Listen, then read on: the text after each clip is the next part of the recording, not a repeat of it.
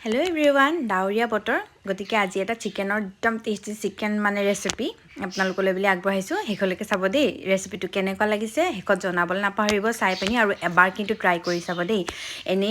আপুনি ৰেষ্টুৰেণ্টত যদি যায় এটো নাম হৈছে চিকেন 65 কিন্তু মই এনে আৰু আমাৰ যেতিয়াই মন যায় তেতিয়াই খাওঁ চিকেন ক্ৰিস্পি বুলি ক'ব পাৰে আপুনি যি মন যায় হেতুৱে ক'ব পাৰে হৰুকে চিকেনখিনি কাটি ল'ব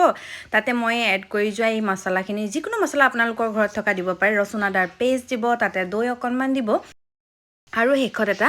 ডিম এনেকৈ ভাঙি দিব ভাঙি পিনি একদম ধুনীয়াকৈ মঠি পিনি অকণমান দেৰি ৰেষ্ট কৰিবলৈ ৰাখিব লগতে আৰু এনেকৈ আপুনি আটা নহয় সৰি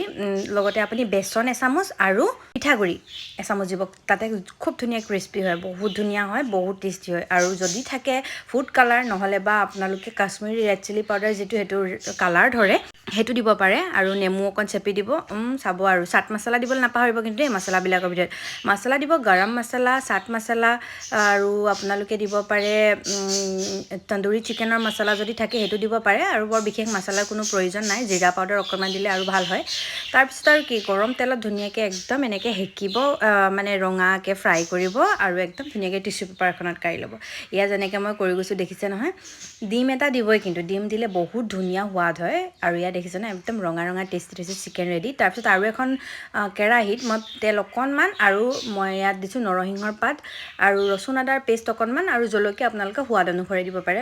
কম বেছি পৰিমাণে আকৌ গৰম মছলা অকণমান দি দিব চাট মছলা অকণমান দি দিব ইয়াতে দিওঁতে আৰু দিব ৰেড চিলি পাউডাৰ তেতিয়া বহুত ধুনীয়া কালাৰ আহে কিন্তু আপোনালোকে কাশ্মীৰী ৰেড চিলি পাউডাৰ দিব কাৰণ জলকীয়াটো বেছি খালে বেয়া ন সেইকাৰণে টমেটো চচ অকণমান দিব